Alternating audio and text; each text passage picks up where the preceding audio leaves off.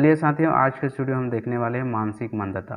पिछले वीडियो में आप लोगों ने देखा कि हमने दृष्टि बाधिता, श्रवण बाधिता, समावेशी शिक्षा, एकीकृत शिक्षा से संबंधित हमने थ्योरी एवं ऑब्जेक्टिव क्वेश्चन देखे। अब सबसे एक निवेदन करना चाहूँगा, ये वीडियो यदि आपको अच्छा लगता है तो ही आगे जो है वीडियो देखें, नहीं तो आप बीच में छोड़ सकते हैं। यहाँ पे किसी कोई फोर्स नहीं है, हमने केवल और केवल थोड़ी सी आपसे चार्ज लेने का प्रयास किया है। यदि आपको लगता है वो चार्ज इस वीडियो के लायक नहीं है तो प्लीज़ इस वीडियो के पश्चात बता दीजिएगा। इसके बाद यदि आप बताते हैं तो आपको रिटर्न नहीं कर पाएंगे। जस्ट इस वीडियो को देखने के बाद ही आप अपना निर्णय ले सकते हैं कि कैसा करना है। तो चलिए शुरू करते हैं।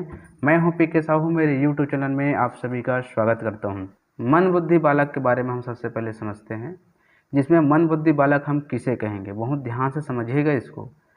मन बुद्धि बालक से तात्पर्य उन बालकों से है जिनकी सूझ, तर्क शक्ति एवं ग्रहण करने की क्षमता औसत छात्रों से कम हो। ध्यान रखिएगा, जिसकी मानसिक क्षमता, सूझ, तर्क शक्ति लगाने की क्षमता औसत छात्रों से कम हो, ये बच्चे शिक्षा ग्रहण करने तथा सामाजिक व्यवहार, भावात्मक स्थितियों एवं समस्याओं को समझने व सुलझाने में मंद होते हैं। तो क्या क्या समझ में आया कि मन बुद्धि बालक का तात्पर्य क्या है। ये सामान्य बालकों से क्या होती है, औसत छात्रों से क्या होती है, कम होती है। ये सामाजिक व्यवहार, भावात्मक स्थितियों एवं समस्याओं को समझने और सुलझाने में बहुत ही मंद होते हैं। इसी कारण इसको मन बुद्धि के नाम से जाना जाता है। ठीक, अब इसी को मन बुद्धि बालक को सैमुअल क्रिक और आर्विले जॉनसन नामक शिक्षाविद ने इसको 4 श्रेणियों में बांटा है। कौन कौन ने? सैमुअल क्रिक एवं आर्विले जॉनसन जैसे प्रमुख शिक्षाविदों ने इसे 4 श्रेणियों में बांटा है। कौन कौन सा है? सबसे पहले देखिए, धीमी गति से सीखने वाले बालक। तो सबसे पहले हम धीमी गति से सीखने वाले बालक के में जानेंगे। तो धीमी गति से सीखने वाले बच्चे साधारणतः मंद बुद्धि बच्चों की श्रेणी में नहीं आते। यदि आपको पूछ दिया जाए कि धीमी गति से सीखने वाले बालक जो है मन बुद्धि में आते हैं कि नहीं आते, तो नहीं आते हैं। प्राय ये सामान्य मनोवृत्ति के होते हैं, भावात्मक, सामाजिक एवं व्यावसायिक जीवन में अनुकूल रखने में समर्थ होते हैं। वे अभ्यास के पश्चात औसत समर्थ होते हैं। ये अभ्यास के पश्चात क्या होते हैं, ये अपने स्तर के जो औसत बालक है या अपने कौशल के पक्ष को विकसित कर लेते हैं। यदि इसको अभ्यास, थोड़ा सा भी अभ्यास दे दिया जाए, है ना, तो वे अपने कौशल के पक्ष में विकसित कर लेते हैं। मतलब ये थोड़ी सी भी इसको प्रेरित कर दिया जाए तो ये औसत शक्ति या औसत अपना कौशल है उसको ले लेता है। इनकी बुद्धि लब्धि जो होती है साथियों, 70 से 80 के बीच होती है। मतलब 70 से नीचे नहीं होगा, ये 70 से आगे ही होगा और 80 आगे भी हो सकता है, थोड़ा सा 85 भी हो सकता है, लेकिन सामान्यतः यदि आता है तो 70 से 80 के मध्य ही इसकी बुद्धि लब्धि दिखा जाएगा।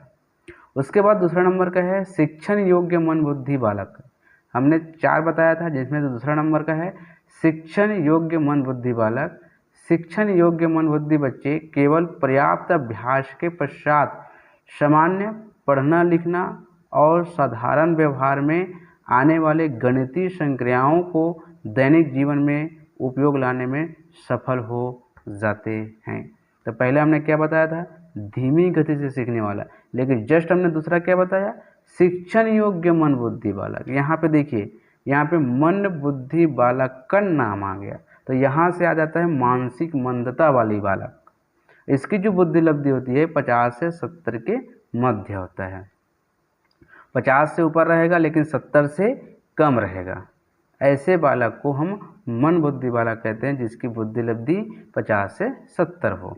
आपको पूछ सकते हैं मन बुद्धि बालक के बुद्धि लब्धि होती है ऐसा। आगे चलते हैं, तीसरे नंबर का देखिए, प्रशिक्षण योग्य मन बुद्धि बालक, यहाँ से भी प्रश्न पूछते हैं। प्रशिक्षण योग्य मन बुद्धि बालक की बुद्धि लब्धि होती है, तो वे बच्चे जिनकी बुद्धि लब्धि 20 से 50 के मध्य होती है, इस श्रेणी के अंतर्गत आते हैं। इन बालकों में शिक्षा ग्रहण करने की क्षमता नहीं होती, प्रशिक्षण देने जरूरत पड़ती है इसको। अब प्रशिक्षण का मतलब आप तो समझते हो, कक्षा या विद्यालयीन वातावरण में अपने आप को समावेशित नहीं कर पाते, इसीलिए इसको प्रशिक्षण योग्य मन बुद्धि बालक कहा जाता है। और इसकी जो बुद्धि लब्धि होती है वो 20 से 50 के अंतर्गत आता है। उसके बाद चौथा नंबर देखिए, पूर्ण मानसिक मंदता। अब ये जो लास्ट वाला है पूर्ण मानसिक मंदता है, पूरी तरह से, तो पूर्ण मानसिक मंदता से युक्त बच्चों को शिक्षित किया जाना असंभव है। आप इसको शिक्षित कर ही नहीं सकते। इसकी बुद्धि लब्धि होती है 5 से 20 तक होता है, 5 से 20 तक। यदि 5 से 20 तक आती है तो पूर्ण मानसिक मंदता के अंतर्गत आता है। इसको ना प्रशिक्षित कर सकते हो, कुछ भी आप जो है नहीं कर सकते, इसको प्रशिक्षित शिक्षित करना असंभव होता है। क्रो एवं क्रो के अनुसार जिन बालकों की बुद्धि लब्धि 70 से कम होती है उनको मन बुद्धि बालक कहते हैं। याद रखिएगा, मनोवैज्ञानिक क्रो कहता है कि जिन बालकों की बुद्धि लब्धि 70 से कम होती है उनको मन बुद्धि बालक कहते हैं, इतना ध्यान रखिएगा। नेक्स्ट देखिए, स्किनर के अनुसार प्रत्येक कक्षा में छात्रों को एक वर्ष में शिक्षा का एक निश्चित कार्यक्रम पूर्ण करना पड़ता है। सीधी सी बात है, जो तीसरी क्लास के बच्चे वो तीसरी का कार्यक्रम पूरा करेगा, चौथी क्लास में पढ़ रहे हैं वो चौथी क्लास का करेगा। जो छात्र इसे पूरा कर लेते हैं वो सामान्य छात्र कहा जाता है, और जो छात्र इसे पूर्ण नहीं कर पाते हैं उनके मन बुद्धि छात्र के संज्ञा दी जाती है। स्किनर ये कहता है कि जिस बच्चे का अपने एक वर्ष में उसको कार्यकाल पूरा करना होता है, और यदि पूरा कर लिया तो सामान्य छात्र में आ जाएगा, यदि नहीं कर पाया तो मन बुद्धि के छात्र के संज्ञा में आ जाएगा। तो फ्रेंडसन के अनुसार 50 से 70 या 75 तक, ये मनोवैज्ञानिक है, फ्रेंडसन के अनुसार 50, 70 या 75 तक बुद्धि लब्धि आत्मविश्वास की अभाव होती है। इसमें आत्मविश्वास के अभाव वाले को मन बुद्धि बालक कहा जाता है। अब आपको बुद्धि लब्धि निकालने के लिए बोला जाता है, अब कैसे करेंगे? बुद्धि लब्धि मानसिक आयु बटे वास्तविक आयु गुना 100 होती है। जब इसके बारे में हम डिटेल से सब पढ़ेंगे, जब बुद्धि पढ़ेंगे, एक बुद्धि एक चैप्टर आती है वहाँ हम पढ़ेंगे तो इसके बारे में डिटेल पढ़ेंगे। अब याद रखिएगा, सामान्य व्यक्ति की बुद्धि लब्धि 100 होती है, सभी 100 से इसको गुना भी किया जाता है। ठीक, चलिए नेक्स्ट देखते हैं,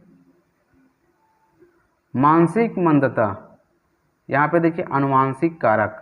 सबसे पहले अनुवांशिक कारक देखिए, मानसिक विकलांगता से जुड़े कई अनुवांशिक सिंड्रोम हमेशा गर्भाधान के समय अपनी भूमिका निभाते हैं। सबसे पहले हम अनुवांशिक कारक देख रहे हैं। अनुवांशिक कारक दो होती है, सबसे महत्वपूर्ण है डाउन सिंड्रोम, फेनिलफेटोनूरिया।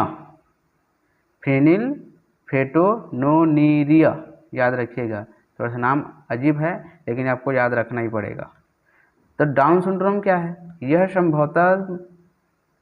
संभवतः मध्यम से गंभीर, मतलब मध्यम से कम से गंभीर मानसिक मंदता का सबसे आम गुणसूत्रीय कारण है। यदि डाउन सिंड्रोम किसी में है तो मानसिक मंदता आती है तो मध्यम से गंभीर तक की आ सकती है। सिंड्रोम मुख्य रूप से गुणसूत्रों में से एक में आनुवंशिक दोष के कारण होता है और मानसिक मंदता का लक्षण 1 वर्ष की आयु में मौजूद हो सकता है। यदि ऐसा है, ये सिंड्रोम पाया जाता है तो कोई 1 वर्ष के यदि बालक है तो उसमें लक्षण दिखाई दे सकता है। अब इसकी जो बुद्धि लब्धि होती है आगे देखते हैं। साथ ही इसका बुद्धि लब्धि जो है होती है 40 से 54 के अंतर्गत होता है। इसमें मैं दिखाने का प्रयास कर रहा था लेकिन यहाँ पे वो स्कैन नहीं हो पाया है। उसके बाद देखिए आप यहाँ पे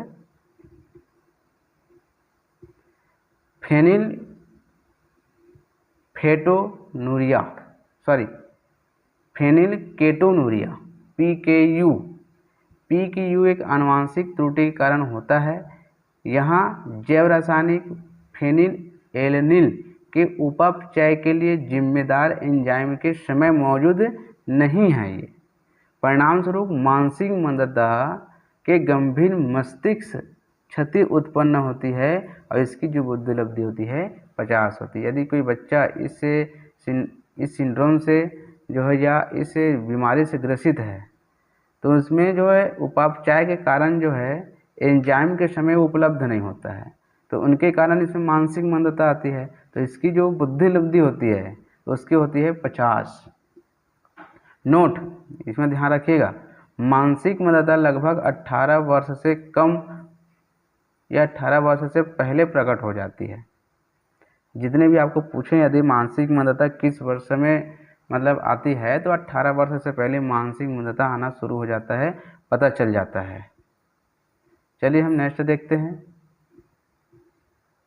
नेक्स्ट है, इसी में एक और है, मानसिक मंदता के कारण को कैसे जानते हैं। जन्म से पहले गर्भवती माता को समुचित पोषक आहार की कमी, खसरा रोग हो जाना, तेज बुखार आना, मद्यपान, धूम्रपान, यदि ये गर्भवती जो महिला है यदि ये सब चीज़ उसमें लक्षण पाया जाता है तो मानसिक मंदता के कारण हो सकता है आने वाले बच्चा।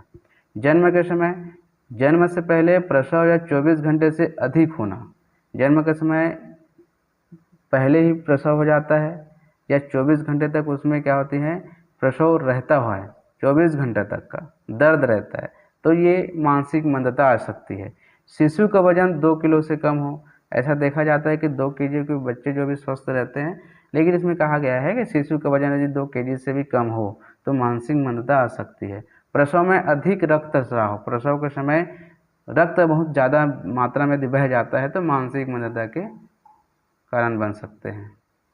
उसके बाद देखिए यहाँ पे जन्म के बाद तेज बुखार के साथ दौरा पड़ने पर आपकी बच्चे को मानसिक मंदता हो सकती है। मस्तिष्क का आवरण शोध जिसे मेनिंजाइटिस भी कहा जाता है, मस्तिष्क शोध जिसे इन्फेलाइटिस कहा जाता है, इसका यदि शिकार होते हैं उसको इंसेफेलाइटिस कहा जाता है। दुर्घटना या चोट लगना, संतुलित आहार न मिलना, यदि बच्चे को संतुलित आहार नहीं मिलता है तो भी वो मानसिक मंदता के लक्षण हो सकते हैं या कारण बन सकते हैं। तो यह रहा जन्म के पहले, जन्म के समय और जन्म के बाद जो मानसिक मंदता के कारण है, याद रखिएगा। और इन्हीं कारणों को जन्म के पहले जो मानसिक मंदता आती है उसे जैविक कारक भी कहा जाता है। इसको मैंने मेंशन नहीं किया है लेकिन आपको लिखना होगा, नोट करना होगा।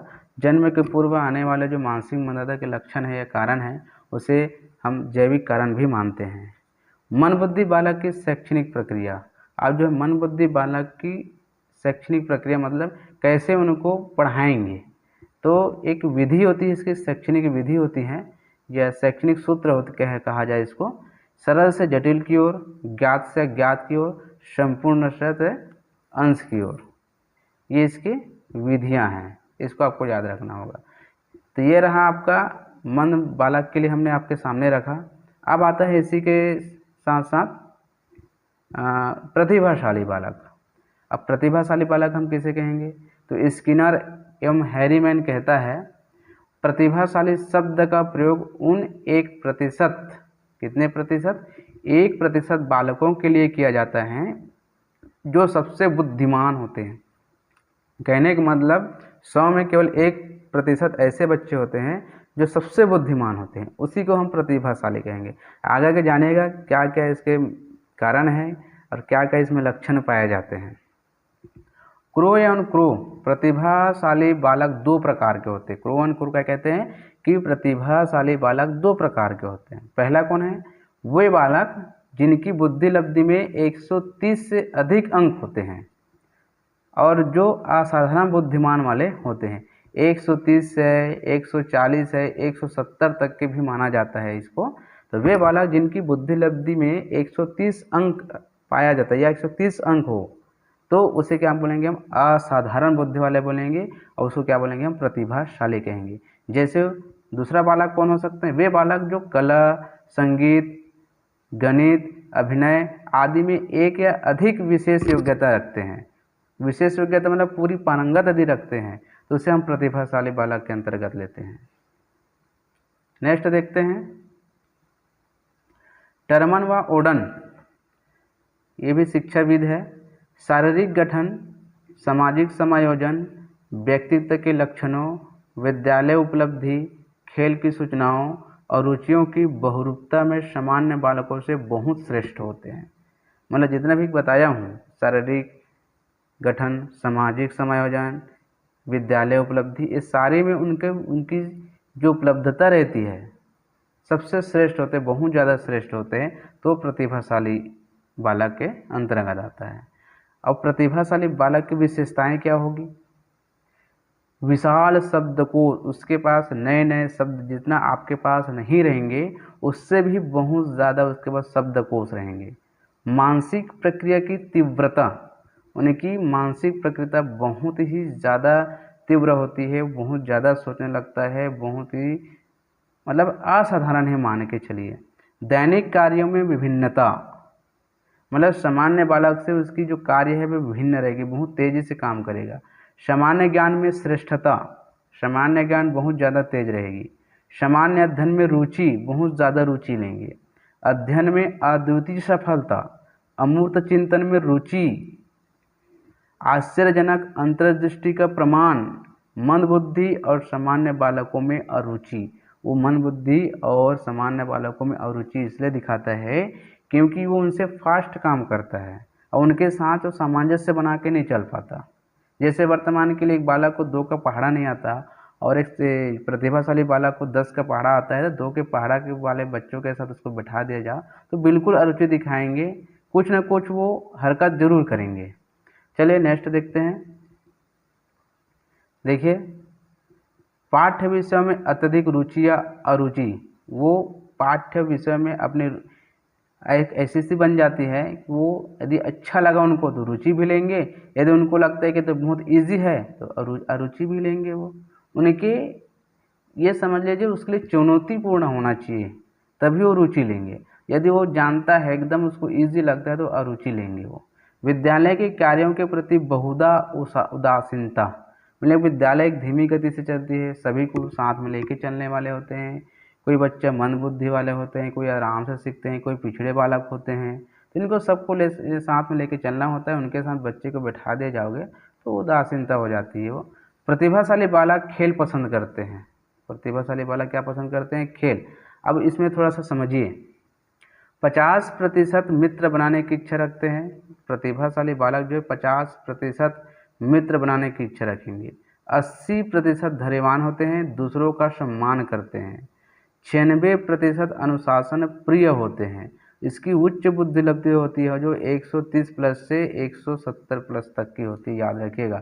यदि 130 आता है, 135 आता है, 40 आता है बुद्धिलब्धि, तो वो प्रतिभाशाली श्रेष्ठ बच्चे में आते हैं, इतना ध्यान रखिएगा। अब प्रतिभाशाली बालकों की समस्या क्या है? उनको समस्या क्या होती है प्रतिभाशाली बालकों को? तो धीमी प्रगति।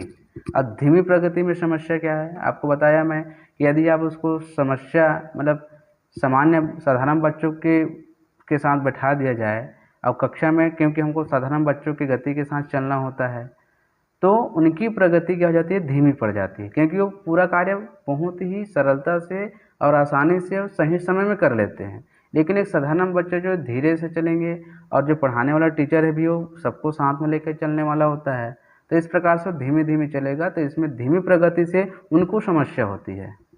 नेक्स्ट देखते हैं, घर में समायोजन की समझ। अब घर में समायोजन भी नहीं हो सकता क्योंकि माता पिता जो होते हैं प्रतिभाशाली बालकों की आवश्यकताओं को नहीं समझ पाते हैं, उनके साथ साधारण बच्चों जैसे व्यवहार करते हैं, जिसके कारण माता पिता से लड़ाई भी हो सकता है उनका, यह होते रहता है। विद्यालय में समायोजन की समस्या। प्रतिभाशाली बालक मानसिक दृष्टि से अमूर्त चिंतन में अधिक रुचि लेते हैं। अमूर्त मतलब जैसे कोई सोच वाला, उनको ऐसा कार्य पसंद है जो उनको एक बात बता दिया जाए तो उसमें समस्या होना चाहिए, उसको सुलझाने वाला कार्य होना चाहिए। ऐसा नहीं है कि आप उसको मूर्त रूप दे दो कि ये बेटा ये मान लीजिए ये पत्थर है, इसको गिनती कीजिए, तो वो तो देख देख के गिनती करेंगे तो मूर्त रूप हो जाएगा। उनके लिए पिछड़े बालक है, मंदित बालक है इसके लिए। लेकिन इस बच्चे को बोले भाई गिनती करके दिखाओ तो ऐसे ही गिनती करके दिखा देगा, है ना। तो ये समझन में समस्या होती है, संतोष नहीं मिलता उनको, जिसके कारण अभाव में उनके व्यवहार संबंधी समायोजन, जैसे दोष, जैसे कक्षा से भाग जाना, आप अपनी पढ़ाई आप कर लेना, करने की आदत, प्रभुत्व स्थापन के लिए मार धाड़, दलबंदी आदि उत्पन्न होने का भय रहता है। क्योंकि वो सामान्य बालकों के साथ बैठने में थोड़ा दिक्कत होता है उनको, चलने में, तो ये सारी चीज़ें समस्याएं उत्पन्न हो जाता है, समायोजन नहीं कर पाता है, वो लड़ाई झगड़ा शुरू कर देगा। समाज में समायोजन की समस्या, समाज में समायोजन की समस्या होगी, क्योंकि प्रतिभाशाली बालक समाज में अपनों से बड़ी आयु वाले बालकों के साथ खेलना पसंद करता है, लेकिन बड़े बच्चे उसको छोटा होने की वजह से खेलने नहीं देते कि तुम छोटा हो भाई, अपने उम्र के साथ खेल, लेकिन इनकी तो बुद्धि लब्धि बहुत ज़्यादा है, बड़ों बच्चों की लायक है, तो ऐसा समस्या बनती है। प्रतिभाशाली बालकों का चुनाव कैसे कौन करता है और कैसे करता है, कौन कर पाएगा कि बच्चे प्रतिभाशाली है? तो अध्यापक का मत होना चाहिए, बुद्धि परीक्षण होना चाहिए, निष्पत्ति परीक्षण होना चाहिए, विशेष योग्यता परीक्षण होना चाहिए। तो इस चारों परीक्षण होगा तभी तो समझ पाओगे कि बच्चा प्रतिभाशाली बालक है। सही बात है। अब देखते हैं प्रतिभाशाली बालकों की शिक्षा। देखिए, सामान्य रूप से कक्षोन्नति होना चाहिए। अंतिम में यदि बच्चा जो है बहुत प्रतिभाशाली है, तो प्रतिभाशाली बच्चों का कक्षोन्नति होना बहुत ज़्यादा ज़रूरी है। एक ही कक्षा में नहीं रख के, कभी कभी कहा जाता है कि एक साल में 2 कक्षाओं उसको पढ़ा देना चाहिए। प्रतिभाशाली बालक को समान रूप से विभिन्न कक्षाओं में अध्ययन करना चाहिए, मतलब उसे एक ही कक्षा में नहीं बैठा के उससे ऊपर उसकी मानसिक आयु के आधार पर उसको कक्षा में उन्नति देना चाहिए, बैठा देना चाहिए, अध्ययन करवाना चाहिए। शिक्षा मनोवैज्ञानिक जो है क्रो एवं क्रो के अनुसार ऐसा कहा जा रहा है। उसके बाद देखिए, विशेष ये भी कारण है ना, शिक्षा में है ये, बालकों की शिक्षा कैसे देंगे उसके है ये। विशेष व विस्तृत पाठ्यक्रम होना चाहिए, शिक्षक का व्यक्तिगत अध्ययन होना चाहिए, उस बच्चे के लिए व्यक्तिगत अध्ययन होना चाहिए, मतलब व्यक्तिगत उसको पढ़ाना चाहिए। संस्कृति की शिक्षा देना चाहिए उनको, सामान्य बालकों के साथ शिक्षा देने का प्रयास करना चाहिए, विशेष अध्ययन की सुविधा देना चाहिए, पाठ्यक्रम सहगामी क्रियाओं का आयोजन होना चाहिए, सामाजिक अनुभवों के अवसर होना चाहिए, नेतृत्व का प्रशिक्षण देना चाहिए, व्यक्तित्व का पूर्ण विकास का प्रशिक्षण देना चाहिए। तो इस प्रकार से ये बालकों के शिक्षा के, जो प्रतिभाशाली बालक है उसकी शिक्षा में ये सारी चीज़ें सम्मिलित करना चाहिए।